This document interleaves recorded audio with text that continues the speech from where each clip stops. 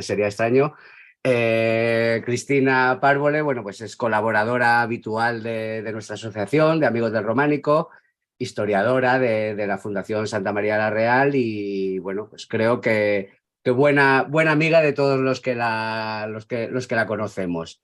Bueno, yo le pedí el favor a Cris, porque Cris hizo una conferencia sobre Juan de Piasca en Potes hace no mucho, pero bueno, era una conferencia que no se grabó, no pudimos asistir y me parecía un tema muy interesante pues para compartir con todos los socios. Sobre todo estaba enfocado también a presentarme un poco como coordinador como coordinador de Asturias y Cantabria, pero bueno, viendo que teníamos sitio suficiente, además que nos sobra, sobre todo por este horario intempestivo que nos hemos visto obligados a coger, que es un jueves a las 9 menos cuarto, pero bueno, ella nos ha hecho el inmenso favor de regalarnos su tiempo pues para que todos podamos disfrutar de la conferencia. Así que sin más, yo os dejo con Cristina. Cualquier preguntita que tengáis, si conseguimos arreglar el problema del chat, que creo que se podrá arreglar, la dejáis por Por el ahí chat. comenta Luis que ya está. Creo que ya podemos Vale, seguir en el chat. perfecto. Pues cualquier preguntita que tengáis la dejamos para el final, así no interrumpimos a Cris y al final del todo yo las iré apuntando y al final del todo pues intentamos solventar todas las dudas que vayan surgiendo. Y nada, Cristina, todo tuyo. Bueno, pues Silencio. muchísimas gracias. Es un placer para mí estar aquí con todos vosotros, dar las gracias a Amigos del Románico, que bueno, siempre piensa, ¿no?, en mí para estas cosas. Yo encantada de, bueno, pues de compartir, ¿no?, un rato con todos. Voy a pasar a compartir pantalla. Como comentaba Óscar, bueno, el verano pasado en Potes, dentro de una serie de cursos que organiza la Universidad de Cantabria, pues impartí una charla que hablaba un poco sobre los maestros de Liébana, ¿no?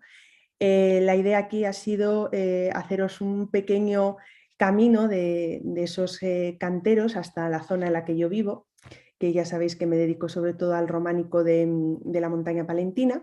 Entonces vamos a empezar hablando pues, de ese covaterio en Piasca, en Piasca efectivamente, y acabaremos hablando de uno de sus pupilos o aprendices, que fue Juan de Piasca, que trabajó en nuestra zona. Voy a pasar, como digo, a compartir el PowerPoint. En cualquier momento, si veis que hay algún problema, pues me cortáis. A ver. Pues no me deja compartirlo, Óscar. Me dice salir del seminario, voy a dar cancelar, voy a volver a intentar. Participante puede. Mira a ver ahora. A ver ahora. Ahora. Ahora sí, Por Dios. perfecto. Gracias, Vale. Luis. Gracias. Pues yo creo que ya está. Ahora Ahora no sí, hay problema. perfecto, Se ve Luis. todo, ¿no? Perfectamente. Perfecto, gracias. Nada, como os comentaba, vamos a hacer un recorrido sobre los maestros canteros, en concreto, ¿no?, de dos personalidades que conocemos, como son Covaterio y Juan de Piasca. Creo que primero pues, deberíamos detenernos a hablar un poco de ese papel, ¿no?, de los maestros canteros, que al final, pues, a lo largo del tiempo ha supuesto un trabajo complicado, debido fundamentalmente a la escasa documentación que tenemos sobre ellos.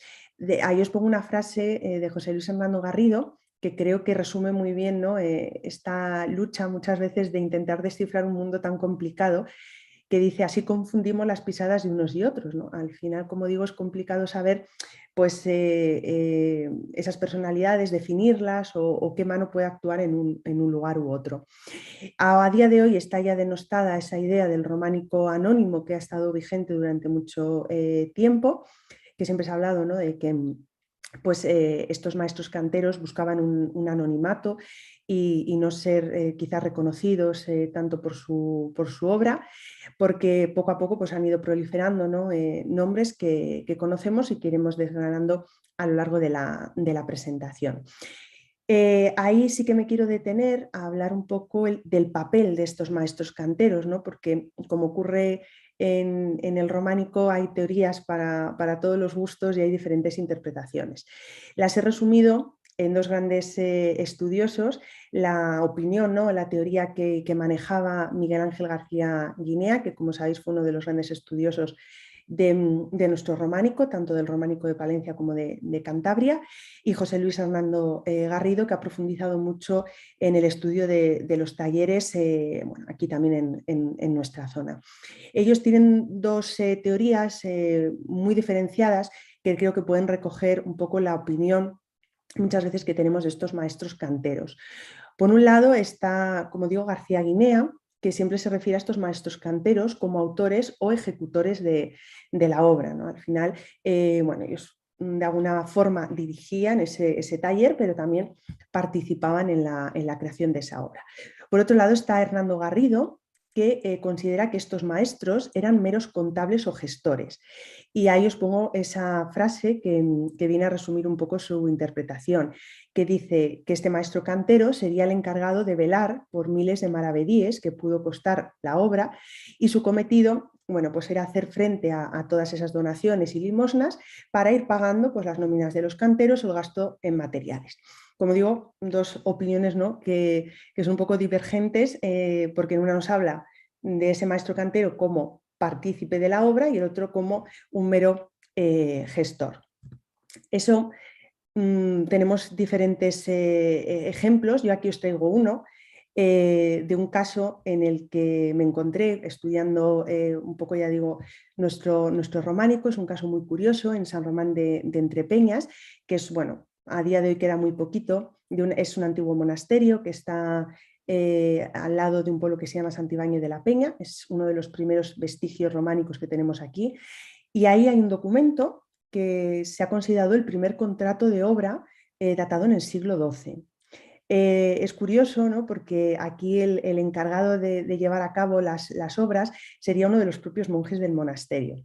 Os he puesto ahí un pequeño fragmento de ese documento transcrito en el que dice, bueno, Bartolomé, prior de San Román, concede a Martín, monje del monasterio, la heredad que fue del maestro Juan en el alfoz de San Román, un solar en Santibáñez, la Serna de Nar, y además añade 2 años el diezmo de barrio, la tercia de Santibáñez, un carral de vino y 2 tocinos.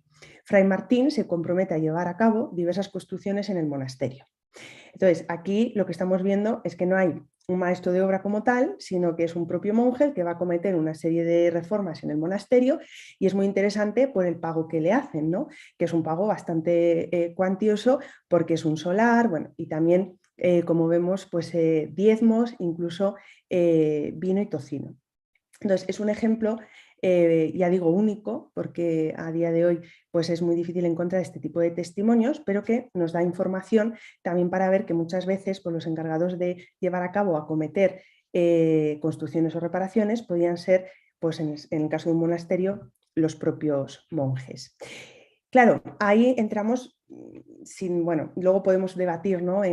Sobre qué teoría estáis más conformes, si el maestro cantero sería ejecutor o gestor, a preguntarnos qué motivaba a muchos de ellos a dejar sus nombres. Aquí también volvemos otra vez a postular a García Guinea y a Hernando Garrido con dos teorías muy diferentes. Por un lado, García Guinea viene a decir que bueno, todo venía dado por el carácter que tuviera ese maestro cantero. Dice, hubo distintos tipos de motivaciones o sensibilidades a la hora de dar a conocer el nombre. Demuestran en ello la variabilidad de temperamentos, educación, grado de orgullo o sumisión que había entre ellos. Entonces habla un poco, ya digo, de que todo dependía de si ese maestro cantero pues, tenía un poquito más de orgullo, menos, o quería ser valorado en cuestión a su temperamento. Luego dice una disculpa del autor para disimular o acallar a los que creyesen una falta de humildad querer grabar su nombre en la casa de Dios. Bueno, ahí como digo, él expone un poco esa idea de que al final el maestro cantero se debía al trabajo, él hacía una obra, cobraba por ella, sin asumir, ¿no? El que estuviera gestando, pues en este caso, algo más allá que la casa de Dios. Hernando Garrido dice que el motivo que lleva a estos maestros a dejar su nombre pues tiene que ver un poco relacionado con la teoría que él defiende de que al ser los encargados de gestionar la obra, pues quiere que se reconozca la labor que ha llevado a cabo a la hora de acometer pues, el reparto, ¿no? De todos esos bienes como hablamos. Me parece que bueno, son dos teorías interesantes, ¿no? Que a día de hoy pues seguro que tienen sus adeptos, pero que nos pueden llevar a entender un poquito mejor con ejemplos que os voy a ir poniendo. Creo, en mi opinión, que uno de los mejores ejemplos para aportar algo de luz al papel de los maestros canteros lo encontramos en la iglesia de Revilla de Santullán. La figura de Miguel la he estudiado mucho recientemente y creo que es importante para conseguir definir un poquito más de ese papel que jugaban los maestros canteros, quizás a un nivel un poquito más local o a día de hoy podemos decir rural. El caso de Miguel, bueno, ya sabéis, es único porque algunos dicen que es el primer selfie, ¿no? Románico, ya que él no solamente pone su nombre, sino que se representa a sí mismo con toda una serie de elementos que creo que son bastante clarificadores.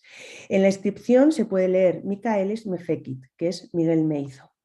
Aquí aparece la firma del maestro, como os pongo ahí, su representación y el libro de modelos, que ahora hablaremos de él. No dejan de ser elementos poco habituales, pero ya su presencia en conjunto es única, porque obviamente tenemos nombres, el maestro Mateo, conocemos mucho sobre él, tenemos representaciones, pero que vaya todo junto, ¿no? en la misma escena es muy complicado, pero ya además que aparezca con los instrumentos propios de la cantería o con el famoso libro de modelos, pues nos aportan un poquito más de información.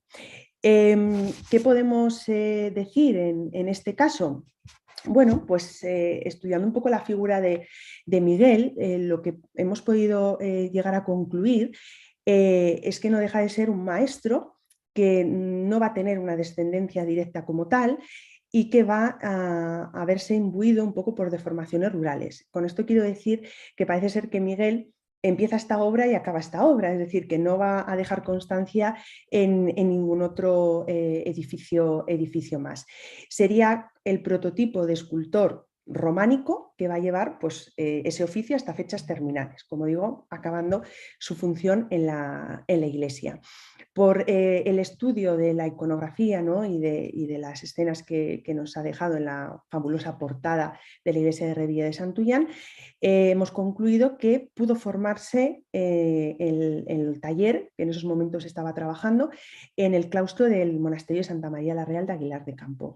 Probablemente trabajó en la portada y en el claustro del desaparecido monasterio de Santa Eufemia de Cozuelos, que muchos de vosotros conoceréis, y que pudo estar en contacto con esos escultores que van a crear esas grandes filigranas en el monasterio de San Andrés de Arroyo. Seguro que muchos que habéis visto la portada habéis reconocido rápidamente esas decoraciones vegetales o ese trazo de las figuras muy recurrente en el monasterio de Aguilar.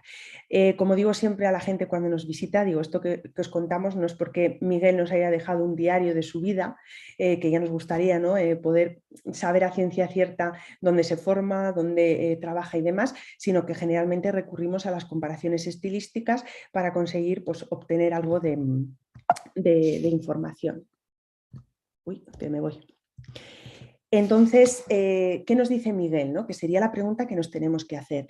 ¿Qué nos transmite él con su imagen o qué quiere indicarnos, qué quiere representar? Lo primero está marcando, yo creo que su función en la obra. Y aquí me postulo un poco entre las dos teorías de antes. Creo que el maestro cantero era ejecutor de la obra y aparte era gestor, cuando hablamos de edificios de proporciones más pequeñas. Por ejemplo, pues ya si hablamos de grandes catedrales, obviamente ahí igual la cosa sería diferente, pero en la iglesia de un lugar, ¿no? Como Revilla de Santullán, es probable que ese maestro cantero hiciera el doble trabajo, él recogiera esos bienes, esas donaciones que llegaban, se encargara de pagar a los aprendices o al taller que trabajaba con él y a la vez intervenía en la propia obra marcando las directrices y probablemente también de otra forma un poquito más vinculada al tema escultórico. ¿Por qué lo digo? Porque el hecho de que Miguel aparezca representado con los instrumentos propios de su oficio, como son el cincel y la maza, tallando la parte final del mantel de la última cena, pues hace ver que él quiere indicar que ha trabajado, ¿no? Porque si no, no se representaría con esos instrumentos y si fuera un mero gestor, pues obviaría, ¿no? En la utilización de herramientas que lo que hacen es recalcar la intervención. Además, de alguna forma, al representarse con esos instrumentos, está marcando que pertenece a un oficio del que él se siente en parte orgulloso. Todo esto lo complementa con el famoso libro de modelos, lo que hace que resalte su categoría de maestro. Y luego el lugar donde él se coloca es un lugar importante en la portada junto a los apóstoles en la última cena. Lo que muestra también es una reivindicación del maestro cantero a nivel social, es una figura importante a la que se recurre para finalmente construir, ¿no?, un edificio. Por lo que aquí Miguel rompe con esa idea del anonimato, pero vamos, de principio a fin, pero también, ya digo, reivindica un oficio y él se siente orgulloso de la labor que está cometiendo. Ahí aparece, si os fijáis a la derecha, como mirando de reojo ese libro de modelos, que bueno, al final no deja de ser ese libro que contenía pues una serie de aprendizajes que se habían ido heredando poco a poco y que se transmitía a los maestros que estaban al frente de los talleres. A medida que iban adquiriendo conocimiento, los plasmaban en ese libro y ya digo, el sucesor al frente pues recopilaba y recogía el libro. Aquí os pongo una frase, ¿no?, que resume también un poco lo que es la labor románica, que informa de un sistema de trabajo consagrado a la copia como pieza clave del procedimiento plástico. Es decir, al final ellos recurrían a un libro donde ya había una serie de conocimientos que iban copiando. Entonces, por eso quería empezar un poco con Miguel para reivindicar la figura del maestro cantero desde mi perspectiva, como digo, vinculada a esa doble idea que recoge Miguel Ángel García Guinea y Hernando Garrido, de gestor, pero también ejecutor de la obra, y creo que Miguel lo deja bastante claro. Así que bueno, definido un poquito este tema de ideas de lo que pueden ser los maestros canteros, vamos a entrar ya de lleno a hablar en esas dos personalidades que nos interesan, como son Covaterio y Juan de Piasca. Por ello es muy importante empezar en el origen de todo esto, que es Santa María de Piasca. Yo, como sabéis, soy historiadora, entonces me encanta siempre pues, hacer un contexto histórico, porque creo que es muy importante conocer los acontecimientos que se van produciendo para entender el por qué finalmente nosotros tenemos una iglesia que es una auténtica maravilla, con un catálogo iconográfico brutal que daría, bueno, para miles de charlas, y eso es el resultado de una sociedad y de un contexto histórico que hay que conocer. Entonces, ¿qué sabemos de la historia de Santa María de Piasca?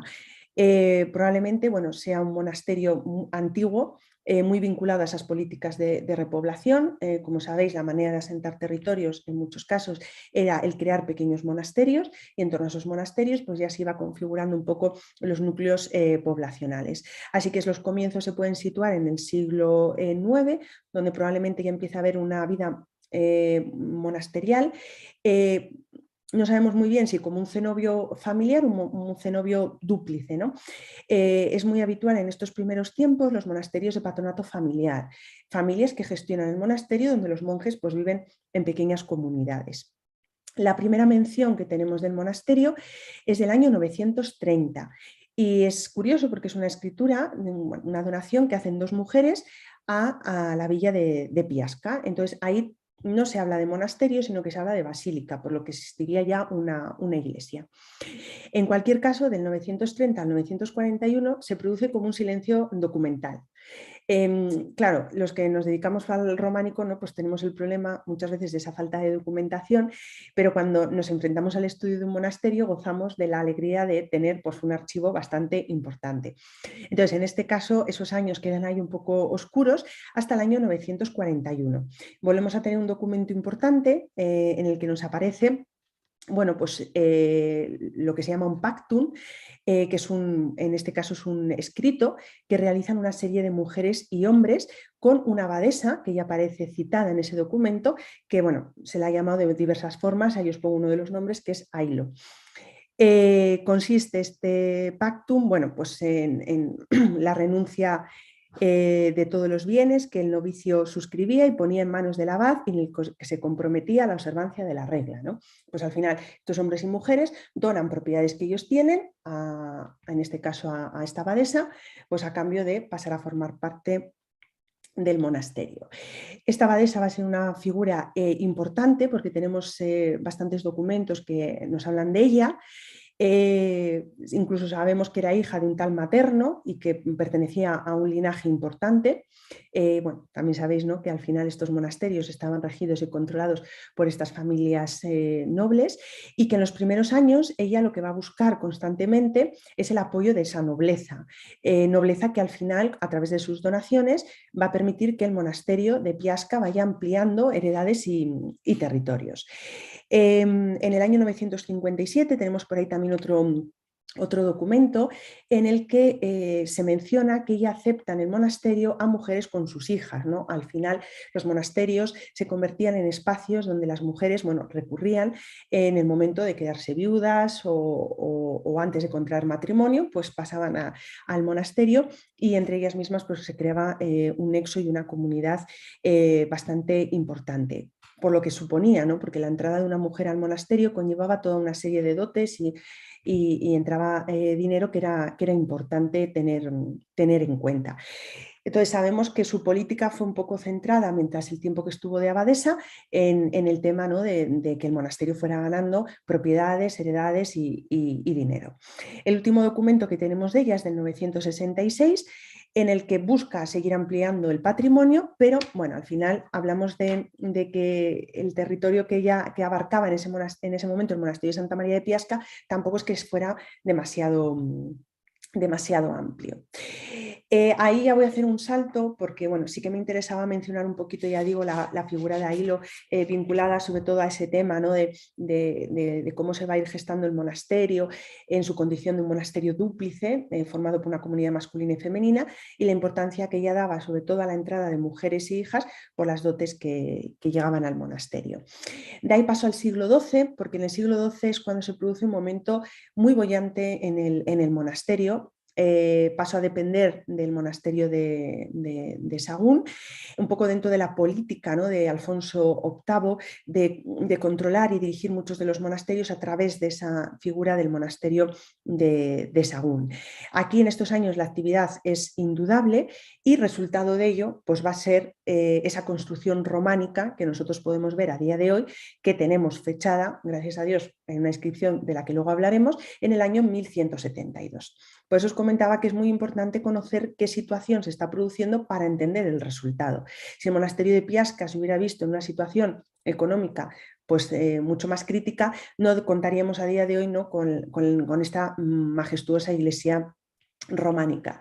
Es verdad que a Alfonso VIII le debemos mucho, ¿no?, sobre todo en nuestra zona, porque va a ser un rey que va a contribuir mucho al engrandecimiento de los monasterios, y eso repercutirá en que proliferen las construcciones románicas.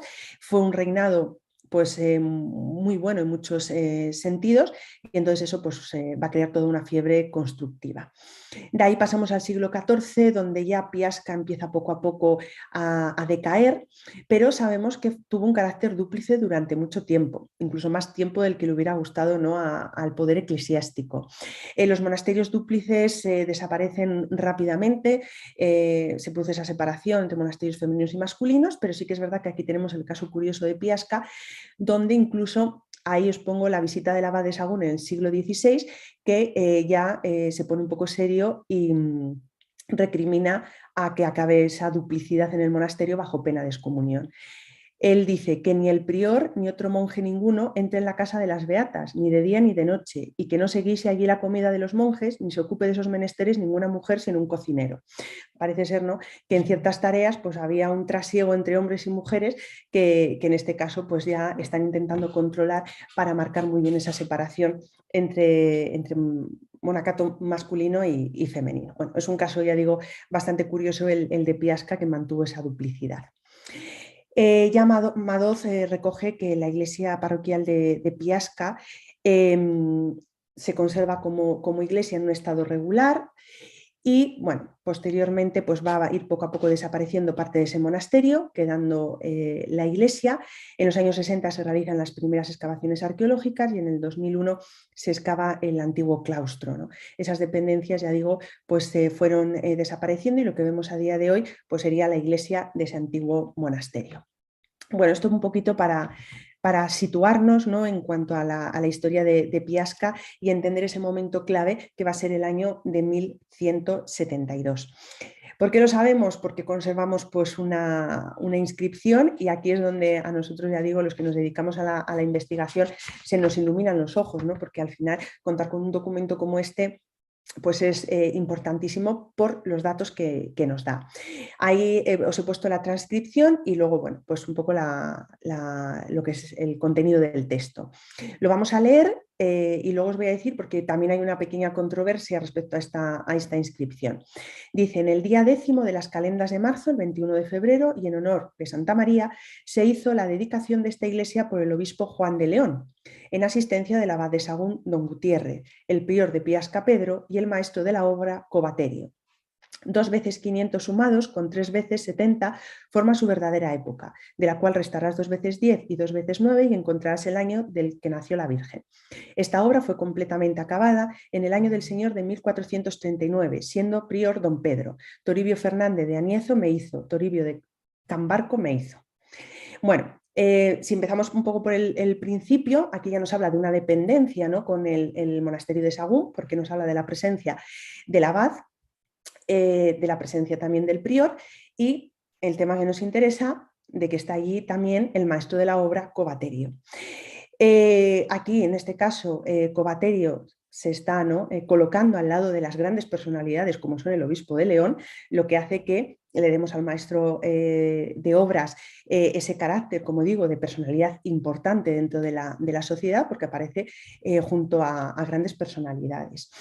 Es un poco en cuanto a esas figuras, ¿no?, que aparecen citadas. Si nosotros continuamos con la inscripción, se nos marca otra fecha, que es el 1439, y habla de otros maestros que serían estos dos Toribios. Claro, esto ha llevado a que durante mucho tiempo los historiadores hayan estudiado esta lápida. En 1985, Campuzano Ruiz piensa que el hecho de que en la inscripción aparezcan 2 fechas diferentes lleva a que no sea original. La teoría que defiende es que un erudito del siglo XIV tenía a mano un documento del XII y lo que hace es hacer esa inscripción, ¿no?, en base sobre todo a lo que se añade después. Los estudiosos de la Fundación Santa María la Real, que llevan a cabo el análisis técnico de la Iglesia de Santa María de Piasca para confeccionar la ficha de la enciclopedia, no están de acuerdo con la opinión de Campuzano, y ellos lo que dicen es que, bueno, es una inscripción por el tipo de letra del siglo XII, o sea, parece ser que gráficamente sí que sería del siglo XII, y que en ese caso hubiera quedado un hueco en la parte de abajo y que ya en 1439 se añadieron esos 2 renglones. Como digo, bueno, para que conozcáis un poco que esta teoría, esta lápida no está exenta de interpretaciones también, y de que no todo el mundo está de acuerdo en que sea original, pero bueno, a nosotros lo que nos interesa es el contenido y la información que nos da. Porque, como mencionaba, pues nos habla del famoso Covaterio. Así que la pregunta que nos tenemos que formular ahora es: ¿quién era este Covaterio, ¿no?, que aparece en la inscripción vinculado a la iglesia de Santa María de Piasca? Entonces, a mí me surgen muchas preguntas siempre, a las que intento mucho dar respuesta, y la primera era: ¿estuvo ese maestro de obras que señala la inscripción delante, ¿no?, de la iglesia? Y entonces mi respuesta es: el día de consagración estaría presente, porque ya digo, él había realizado, ¿no?, esa gran obra, y participaba, como así recoge la inscripción, junto a esas personalidades eclesiásticas para poner ya el broche de oro a su labor. Y la otra pregunta, que también genera muchas dudas cuando la gente nos visita, que siempre nos dicen: ¿y estas piezas se tallaban a pie de obra o venían de algún otro lugar? La pregunta: ¿talló y esculpió aquel o su taller las figuras, personajes impostas arquivoltas al tiempo que se levantaba la fábrica, o fueron traídas todas las piezas labradas?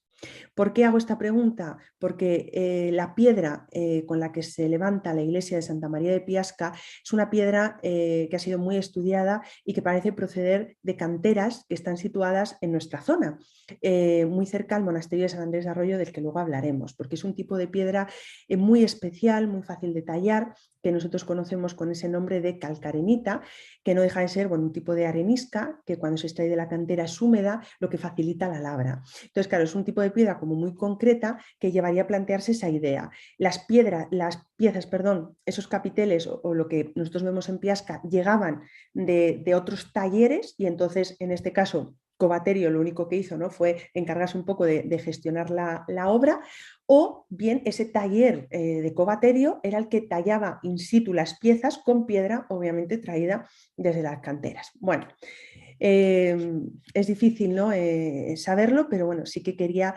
exponeros aquí esta doble interpretación. ¿Qué os puedo decir de Covaterio a través del estudio, ¿no?, de los restos que nos han quedado? Pues que es un maestro que se forma claramente en dos monasterios. Luego vamos a entrar a hablar un poco de ellos para intentar entender más de la personalidad de Covaterio, que son Aguilar de Campo, el monasterio de Aguilar de Campo y San Andrés de Arroyo. Con esto hago un pequeño inciso de que en aquella época no hay límites provinciales como los que nosotros tenemos ahora, que eso también es algo que explico siempre a la gente. Es decir, antes era todo uno, lo que nosotros conocemos, ¿no?, como la antigua merindad de Aguilar de Campo, que unía el sur de Cantabria, el oeste de Burgos y el norte de Palencia. Entonces, era normal que el trasiego fuera común entre esas zonas. A día de hoy, pues existen esos límites provinciales, incluso autonómicos, que delimitan un poco los territorios, pero en aquella época todo, vamos a decir, sería lo mismo, ¿no? Entonces, Covaterio está claro que bebe de las influencias, incluso puede ser que llegue a trabajar en los talleres que se están gestando en estos dos grandes monasterios. Y él es llamado a renovar, ¿no?, en 1172 un viejo cenobio que, como he contado, ya existía desde el siglo X. Piasca, como os pongo ahí, no dejaría de ser más que la prolongación de los equipos de canteros que, con apoyo de Alfonso VIII, van a ser contratados para la ejecución de otros monasterios y que van a ir transmitiendo poco a poco su buen hacer. Entonces, es importante recalcar esta figura, como digo, de Alfonso VIII, porque va a potenciar los monasterios. Ahí es donde se van a crear los grandes grupos de cantero que, una vez terminado el trabajo, empezarán ya a extender, ¿no?, todo su saber por la zona. Por eso creo que es importante hacer un pequeño repaso muy rápido de los dos monasterios, de los que creemos, ¿no?, participa Covaterio, o por lo menos conoce lo que se está realizando. El primero, Santa María la Real. Aquí voy a hacer un pequeño contexto histórico y voy a pasar a hablar de los maestros que hemos identificado en este monasterio, que probablemente formaron a Covaterio. Los orígenes, bueno, como todo monasterio, están envueltos en leyenda. Nosotros la primera referencia que tenemos del monasterio de Aguilar es del 1039. En este caso es el testamento de una noble que se llama Ofresa, que hace unos bienes al monasterio. Como os decía, luego pasa a ser un monasterio de patronato familiar. En este caso, el cenobio se lo dividían los Lara y los Osorio, que, bueno, lo van a convertir en sus panteones y demás. Y en esos momentos los monjes no pertenecen a ninguna orden. En 1169, Alfonso VIII introduce a la orden premostratense. Lo que va a hacer es obligar, en cierta forma, a estas familias a que cedan la parte que les corresponde en el monasterio a la orden premostratense. Una orden que viene de Francia, que fue fundada por San Norberto en 1120 y que sigue la regla de San Agustín, es decir, son canónigos regulares y ejercen, pues, un tipo de vida más pastoral. Este monasterio se consolida principalmente a finales del siglo XII, principios del siglo XIII, por lo que puede coincidir muy bien con esas fechas que estamos manejando para Piasca. Es un monasterio que, como estamos viendo, cuenta con la protección de Alfonso VIII y que es de interés para las familias nobles. Entonces, todo esto lo que va a propiciar es una explosión artística. Posteriormente hay tiempos oscuros, la peste negra, hambrunas, hay un debilitamiento por parte del clero. Llega la guerra entre Pedro I y Enrique de Trastámara, que va a sucumbir al monasterio en una época oscura, y el resurgir se producirá con esa figura de Bernardo del Carpio, a la que recurren los monjes como un acto de propaganda para atraer la atención, ¿no?, de la nobleza, diciendo que han encontrado los restos del héroe de Roncesvalles. Como ya sabéis, el monasterio es desamortizado, los capiteles son arrancados en 1971 con el destino final del Museo Arqueológico Nacional, hasta que en 1978 José María Pérez Peridis decide devolver el renacer al monasterio, cumpliendo, ¿no?, esa frase de Unamuno de hasta una ruina puede ser una esperanza. Es un poquito, pues así, el nivel histórico. ¿Qué talleres y personalidades encontramos en este monasterio y que vinculamos con Covaterio? Lo primero, decir que no se ha hecho un estudio global, porque el problema es que las piezas, al estar en Madrid, están descontextualizadas, ¿no? Entonces, si llegan a estar en el propio claustro, en la propia iglesia, sería mucho más fácil. Pero al estar trasladadas, pues es muy difícil y complicado muchas veces hacer un estudio global. Han ido apareciendo fragmentos inéditos y faltan por valorar algunas piezas, como esos ángeles que os pongo ahí, que la verdad que no han llamado la atención nunca de la gente y que creemos que son muy interesantes también para entender un poco la evolución de los talleres románicos que se están gestando en Santa María la Real. Aquí hablamos del llamado maestro del Cristo triunfante, que sería, vamos a decir, el creador o el ejecutor de ese capitel. García Guinea lo identifica con Fruchel y dice que trabaja en el cenotafio de Ávila. Sería autor del capitel de Cristo flanqueado por los ángeles que llevan los instrumentos de la pasión, que es ese capitel que os pongo en la foto, la resurrección, la huida a Egipto y el Noli Me Tangere. Es un estilo, el de este maestro del Cristo triunfante, un poco peculiar, sobre todo por la plasmación del desnudo. Si os fijáis en el Cristo triunfante, aparte de que adopta una posición un poquito extraña, ¿no? Ahí en esa postura, el trabajo de los pliegues de la ropa es excepcional, al igual que los rasgos de las caras, el movimiento de las figuras, como el ángel que podéis ver a la derecha, que se gira, inclina, levanta el brazo, ¿no? Inclina la cabeza. Y un uso muy característico de este maestro es los dientes de sierra, que podéis ver si os fijáis en la cruz. Este sería uno de esos maestros que según los estudios trabaja en Santa María la Real. Luego está el llamado maestro de la ascensión. Aquí, como veis, como no tenemos nombre, pues ponemos el nombre de uno de los capiteles que ha realizado. Hernando Garrido nos dice que queda patente que aquí también hay una influencia llegada desde Ávila en los cabellos, los rostros y los plisados de la ropa. Luego hay otro que sería el de la matanza de los inocentes. Este es un poco diferente a los anteriores porque aquí no estaría influenciado tanto por Ávila, sino por Silos. Pertenecería, vamos a decir, al segundo taller silense. Y por eso, como os pongo ahí, está separado de la tradición abulense. Prolifera mucho en el monasterio y en el entorno, por lo que entendemos que muchos de los canteros que están vinculados al monasterio van a trabajar después por iglesias de la zona. El llamado maestro de Muarbes, diferente a estos otros, porque lo que se ha visto es una formación borgoñona, llegada desde Francia. La labor de este maestro la podemos ver en este capitel de Sansón de Esquijaranda, León. De hecho, si veis este capitel y lo comparamos con el del Cristo triunfante, no tiene nada que ver, así a simple vista, sin entrar a examinarlo, ¿no? Con más detalle. También estaría en algunos otros detalles del monasterio. Eso un poco en cuanto a los capiteles. Como veis, hemos hablado de diferentes personalidades. ¿Qué ocurre en el claustro, por ejemplo? El claustro, según los estudios, es mucho más complejo porque parece ser que están interviniendo diferentes manos a la vez. Eso se nota en que los capiteles son muy diferentes entre ellos y la calidad de ellos también difiere. E incluso encontramos algunas piezas más desarrolladas y otras un poco más mediocres. Está muy vinculado el taller que trabaja en el claustro también con el segundo taller de Silos y también con San Andrés de Arroyo, sobre todo por el trabajo de la decoración vegetal. Encontramos capiteles tardorrománicos, finales del 12. En el año 1209 hay obras en la sala capitular, luego os comento por qué. En el 1213 se culmina la obra de la iglesia y se consagra por el obispo Mauricio de Burgos. Entonces queda patente la influencia abulense en los capiteles de la iglesia. Los capiteles del claustro, como os he dicho, recuerdan influencias de San Andrés de Arroyo. Así que podríamos decir que en este monasterio tenemos influencias llegadas desde Francia, Borgoña, Languedoc, como os pongo ahí, también mucha vinculación con Silos, San Andrés de Arroyo, que es el monasterio más cercano, pero también cierta influencia islámica. No hay que olvidar pues, que estamos, ¿no? en una situación en la península todavía convulsa, en la que vivimos en contacto con esa cultura islámica. Por lo que en esta, así como muy resumen, ¿no? de todo lo que os acabo de contar, podemos decir que en esta vorágine de escultores, de canteros que están trabajando en Santa María la Real, se forma, conoce el trabajo Covaterio. Aquí un pequeño inciso para hablaros de otra figura que conocemos, que es la de un maestro que trabaja en la sala capitular de Santa María la Real, que se llama Domenicus. Firma en el año 1209 y sería el encargado de reformar la sala capitular. La columna está a día de hoy en el Museo Arqueológico Nacional en Madrid, pero ahí os he puesto la foto donde estaría en la posición original. Lo mismo, Domenicus pues conoce los modelos que se están llevando a cabo en San Andrés de Arroyo y probablemente trabajó pues, en iglesias como la de Zorita o la de Revilla. Eso en cuanto a Santa María la Real.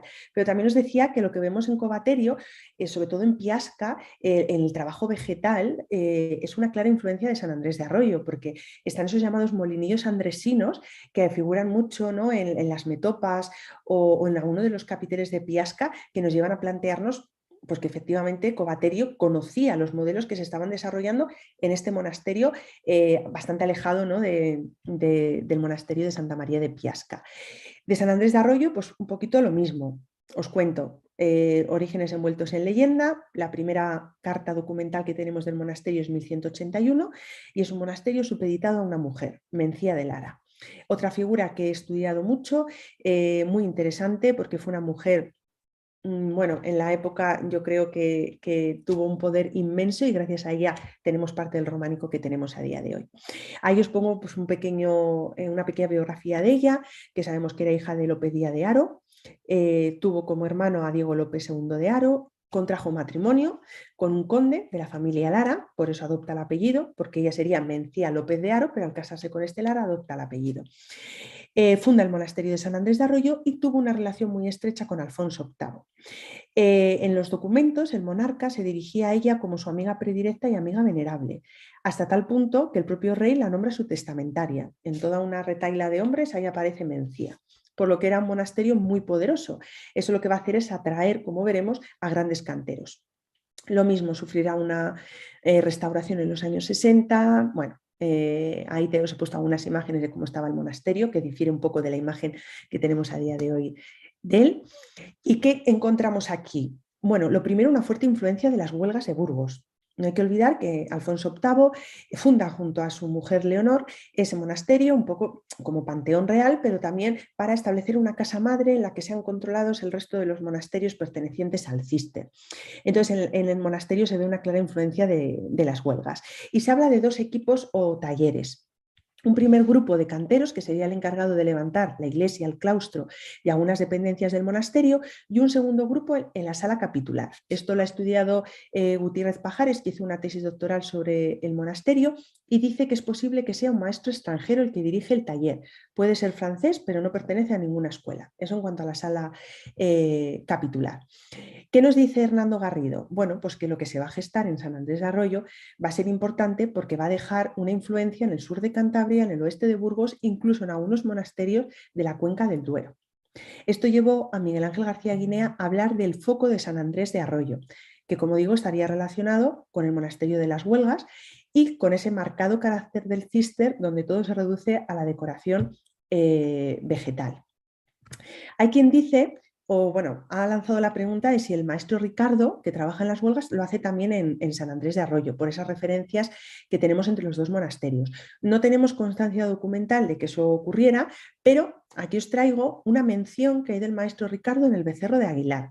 Se trata de una venta de propiedades entre el maestro y el abad del monasterio.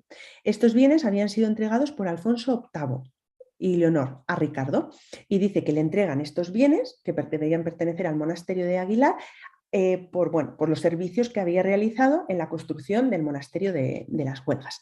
Entonces, el hecho de que igual Ricardo aparezca no por este becerro de Aguilar puede dejar ahí patente la idea de que pudo tener algo que ver también en San Andrés de Arroyo, pero ya digo que no tenemos una constatación documental para certificarlo. Hernando Garrido, por su parte, dice que, bueno, que hay influencias de las huelgas, pero que no va más allá de lo decorativo, no tiene nada que ver. Y esto, ya digo, un poco ideas que os he marcado de los monasterios, es para que veáis de dónde, ¿no? Está bebiendo pues, este maestro Covaterio. Entendemos entonces que conoce, se forma en los talleres tanto aguilarenses como andresinos, y en un determinado momento pues es contratado para realizar la obra en Santa María de Piasca. Como os decía antes, el catálogo iconográfico de Piasca es amplísimo. Ahora, por ejemplo, os pongo esa foto ahí de la portada que daba acceso al desaparecido claustro, que se llama El Cuerno, y viendo esa arquivolta vegetal me viene a la cabeza rápidamente, ya digo, mucho del trabajo que tenemos en nuestra zona. Aquí me quería centrar simplemente en una iconografía que también he trabajado un poco sobre ella y que hace y muestra la dificultad muchas veces que tenemos de interpretar las figuras en el románico, que es ese famoso beso de Piasca. No me voy a detener mucho en él, simplemente quería mostraros esas imágenes del beso porque conectan mucho con los capiteles que os enseñaba del monasterio de Aguilar. De este beso se ha dicho muchas cosas, ¿no? ¿Qué interpreta? ¿Qué están haciendo? ¿Qué escena recoge? Os voy a enumerar alguna de ellas porque no deja de ser el resultado de ese taller que configura Covaterio al amparo de los grandes monasterios. Se habla de la entrega de un novicio a la comunidad que quedaría sellada con ese beso del abad. Ruth Bartal puntualiza que estas figuras son Alfonso VIII y su esposa Leonor. García Guinea vio pues, a jóvenes amantes con una alcahueta y Agustín Gómez, que ha desarrollado un poquito más la teoría, habla de la representación de otra boda, no la de Alfonso VIII y Leonor, sino la de Tobías, porque ahí hay un pequeño fragmento en el que se basa, porque los que conozcáis el arquivolta sabéis que hay una serie de oficios acompañando a ese beso, entre los que figura pues un sastre. Entonces él dice que la representación de la sastrería puede aludir indirectamente al trabajo de confección de telas que la mujer del padre de Tobías tuvo que realizar cuando quedó ciego. El motivo del ángel y el escriba, que aparece también junto a este beso, se ajusta al momento en el que el ángel Rafael les descubre quién era realmente. Los monjes que portan los rollos pueden referirse al relato escrito. Es decir, que es una teoría que él sustenta un poco en base también a qué función tienen las otras imágenes que aparecen rodeando a este beso. Y luego está quien dice, ¿no?, que es ese beso de Judas, un beso de traición que recogen los evangelios. En cualquier caso, como digo, es una muestra de esa dificultad muchas veces que tenemos a la hora de interpretar la iconografía románica y cómo proliferan toda una serie de teorías que aquí os quería exponer. He conocido un poco la figura de Covaterio en base a esas comparaciones estilísticas que os he hecho en referencia a los monasterios. Vamos a hablar del que es su heredero, que es Juan de Piasca. Y aquí nos vamos ya a Rebolledo de la Torre. Es decir, estamos viajando de Cantabria a la zona norte de Palencia y ahora nos vamos a Burgos. Es lo que os decía antes, de que al final estamos en un mismo espacio. Aquí, en Rebolledo de la Torre, como sabéis, tenemos la suerte de contar con otra inscripción. Esta aparece en una de las arquivoltas de una de las ventanas del pórtico. Como hemos hecho antes, bueno, voy a leer la inscripción y la comentamos. Dice: el abad Domingo pobló este solar de Vallejo con sus fincas en unión de mi hermano Pelayo, en la era 1224, que sería el año 1186. Cuando fue poblado este solar, era beatría de Gonzalo Peláez. En la era de 1224, en el señalado día 9 de las calendas de diciembre, 22 de diciembre, hizo este portal el maestro Juan de Piasca. Aquí por lo menos nos dan una fecha más clara, porque si recordáis la anterior inscripción era un poco jaleo porque nos decían si le restas tal, no sé qué, aquí nos están diciendo el día 9 de las calendas de diciembre, que es el 22 de diciembre. ¿Qué nos aporta el texto? ¿Qué información nos da? Primero nos dice que Pelayo y el abad Domingo eran hermanos.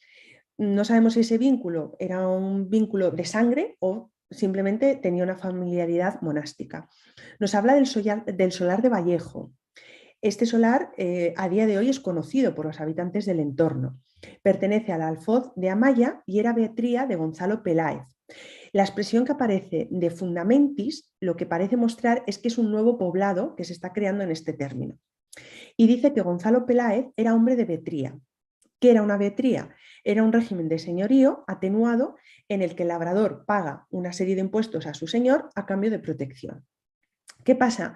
Que el hecho de que no aparezca en la inscripción para nada el nombre de Rebolledo de la Torre ha llevado a pensar que este pórtico viene de otro poblado.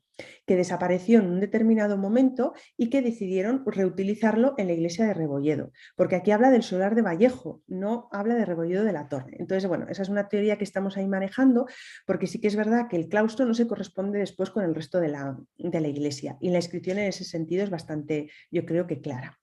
Y ahí nos aparece el maestro, Juan de Piasca. Por su nombre ya sabemos de dónde viene, ¿no? Su clara formación deriva del taller de cobaterio que trabaja, como hemos hablado, en Santa María de Piasca. Juan de Piasca, como ocurre, ¿no?, con muchos de estos maestros, lleva una vida itinerante. Desde Piasca inicia su camino hacia la montaña palentina, ¿no?, que es el territorio donde nos encontramos, y sabemos que está activo en Rebolledo de la Torre en 1186. Por lo tanto, vamos a decir que trabaja en Piasca en 1172 y que ya formado decide, ¿no?, emprender una vida ya alejada de su maestro, y en 1186 le tenemos culminando la obra de Rebolledo de la Torre. ¿Qué nos revela la iconografía que él nos ha dejado en este pórtico? Clara influencia de Francia, de Ávila y sobre todo la corriente de Silos, es decir, él bebe de su maestro lo que él había bebido a su vez, como he explicado, de los anteriores monasterios de Santa María la Real y San Andrés de Arroyo. Es probable, como decimos, que todo esto pues, llegara a través de esos libros de modelos. Hernando Garrido se hizo la misma pregunta que yo, y era: ¿quién era Juan de Piasca?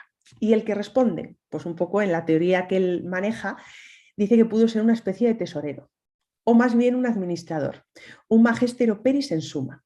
Una tercera posibilidad, que hubiera sido un contratista, que harto de dar el callo y jugarse la vida en los andamios, hubiera organizado una compañía de canteros de gran movilidad geográfica capaz de satisfacer todo tipo de encargos, mientras el lebaniego hacía de capataz empresario.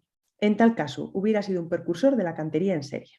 Él, como defiende su teoría de que los maestros canteros de obras eran gestores, pues dice que Juan de Piasca sería un tesorero, que él pues en su momento trabajó con cobaterio, le vio que la vida en los andamios no iba con él y decidió pues dedicarse a gestionar, y se iba a un grupo de canteros y iban pues trabajando, ¿no?, por la zona. Bueno, esto ya digo es la teoría de Hernando Garrido. Me resultaba, ¿no?, curiosa la manera que tiene de explicarlo, porque es una manera muy cercana y sobre todo lo piensas y dices tú, pues oye, probablemente estuviera cansado de estar dando el callo allí con cobaterio y dijo: yo ya me desprendo de todo y me voy a dedicar a la vida de las cuentas. Entonces, bueno, alejado ya digo un poco de esto así en plan gracia, el taller de Piasca es muy característico. Ahí os pongo el capitel de la izquierda, es un capitel de Santa María de Piasca, que Óscar se conoce maravillosamente, y si nos vamos a la derecha es un capitel de Rebolledo de la Torre. Entonces ahí vemos claramente que esas formas de las hojas vegetales están en clara sintonía. Entonces, ¿qué es característico de este taller?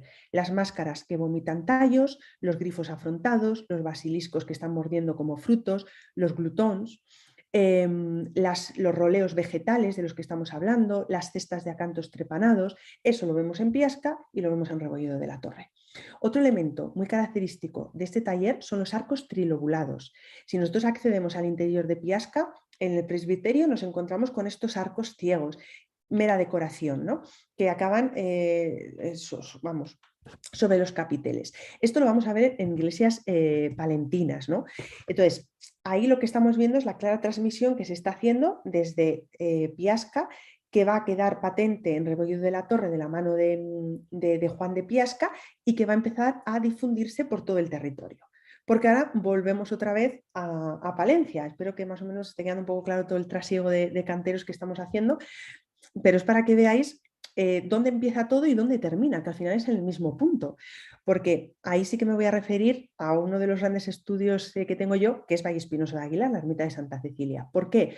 Porque en esta iglesia vemos todo lo que os he contado, ¿no? Es decir, vemos ese taller que gesta Cobaterio en Piasca, que a su vez ha vivido de los monasterios, que transmite a Juan de Piasca y que queda plasmado en Rebolledo de la Torre, y que finalmente vamos a ver que va a beber de todos los canteros locales hasta terminar en esta iglesia. Ahora os cuento por qué. Lo primero, bueno, tenemos muy pocas referencias de la iglesia. La primera es de 1345, uno de los más originales ejemplos del románico de Castilla y León. y es un cruce de caminos entre el monasterio de Santa María la Real y San Andrés de Arroyo. Miguel Ángel García Guinea, en su obra, que os recomiendo acceder a ella, que es el Románico en Palencia, dice que esta iglesia se encuentra dentro de la llamada Escuela Indígena, que estaría protagonizada por Juan de Piasca.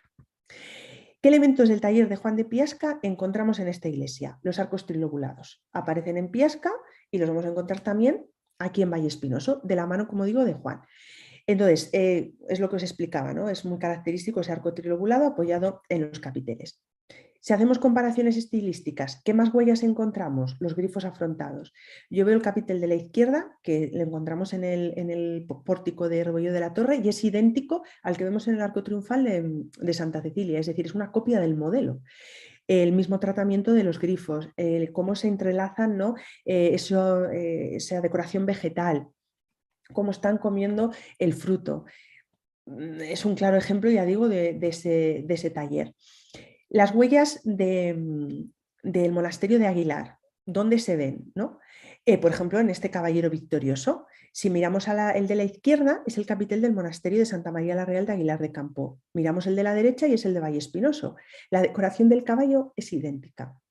Incluso el tratamiento de las figuras del caballero. ¿Qué dice Hernando Garrido? Que el escultor del templo lebaniego copia la plantilla del caballero victorioso del arco triunfal de Aguilar.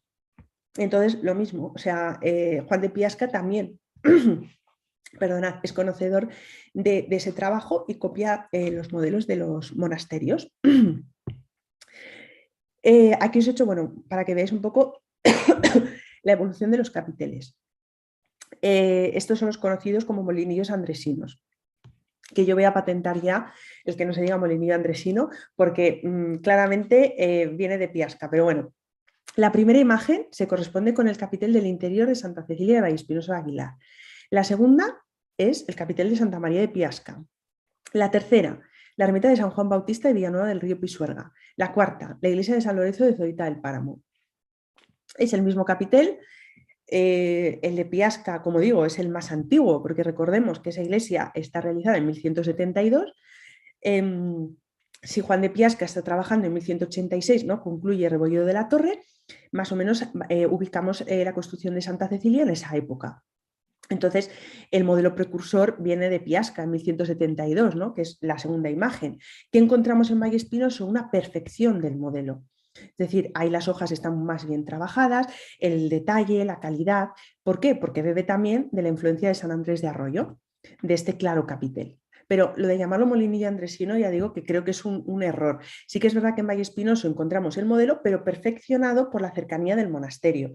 Pero decir lo que copia es, ya digo, me parece un craso error. Pero bueno, os lo he puesto ahí porque es conocido así. Entonces, al final, aquí encontramos ese calado característico que se va a disipar por todos los templos vecinos. Y aquí ya, bueno, un poquito como conclusión, porque yo creo que ya así como resumen está bien. Espero, bueno, que haya quedado claro fundamentalmente que Covaterio y Piasca son claros herederos de todo el trabajo de estos monasterios. El foco de Aguilar de Campo, ahí os hago un resumen de qué influencias tendría, influencias abulenses y francesas principalmente. El de San Andrés de Arroyo, que es de las huelgas de Burgos, que estaría entre 1180 y 1212, que se ve, es un foco que se va a ver reflejado en la mayor parte de las iglesias de la zona, y luego estaría ese taller indígena, que bebe de las influencias de Aguilar, de San Andrés de Arroyo, que aparece de 1170 en adelante, porque es cuando Juan de Piasca sale de su casa, y estaría, pues ya digo, protagonizado por Juan de Piasca y su cuadrilla, cuya mano veremos no solamente en Valle Espinoso, sino también en Barrio de Santa María, por ejemplo. Entonces, con esto lo que quiero decir es dar importancia, ¿no? a los monasterios, no solo como centros espirituales, sino como centros de poder económico y gestores del mundo artístico que va a dar lugar al románico que conocemos. Bueno, darle la importancia, ¿no? que se merece a estos dos focos y que de ahí se van a salir personalidades tan relevantes e importantes como son Covaterio, que como digo va a generar esa iglesia tan espectacular que tenemos en Piasca, y Juan de Piasca, que no deja de ser su pupilo, que hace una obra menor, pero de la misma calidad y envergadura.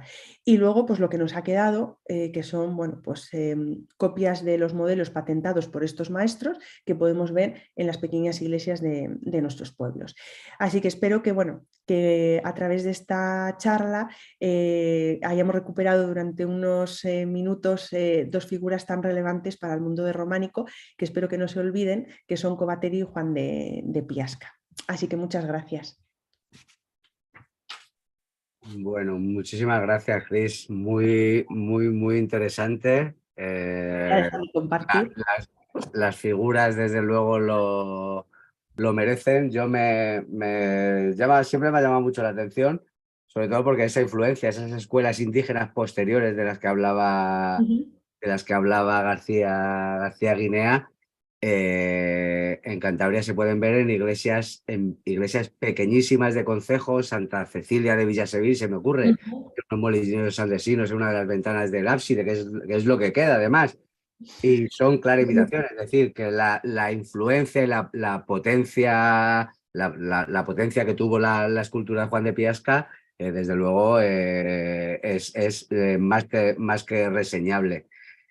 Bueno, yo no sé si alguien tiene alguna pregunta o algo más que añadir a Cristina, o la podemos liberar ya de sus obligaciones. Nada, yo encantada, oye, de responder si hay alguna duda por ahí.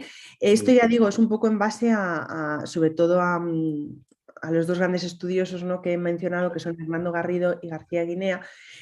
Probablemente haya muchas más teorías, pero bueno, yo como estoy a medio camino de la una y otra. Claro, yo en esto, yo soy muy de García Guinea. Sí. Sobre todo en cuanto a Piasca, me llama mucho la atención, sobre todo eso, lo que hablábamos de la inscripción. La inscripción de Piasca, yo tengo mis serias dudas y sigo dudando, voy por días. Hay de Pero esto, sí, hay de esto. a mí hay una cosa que me inclina a pensar que es una copia. Es que Ajá. no tenemos, por lo menos en Cantabria, no tenemos ninguna inscripción de consagración dentro de la era hispánica que nos explique cuál era el año al que se está refiriendo.